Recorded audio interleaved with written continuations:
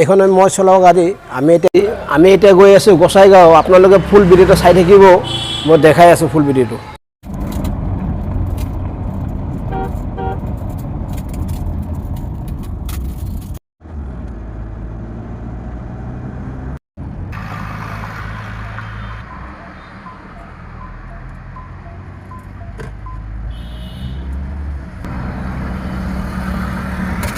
তেল ল'ব সোমাই গৈছোঁ, আমি অকণমান দূৰত যাম, তেলটো ল'ব লাগিব।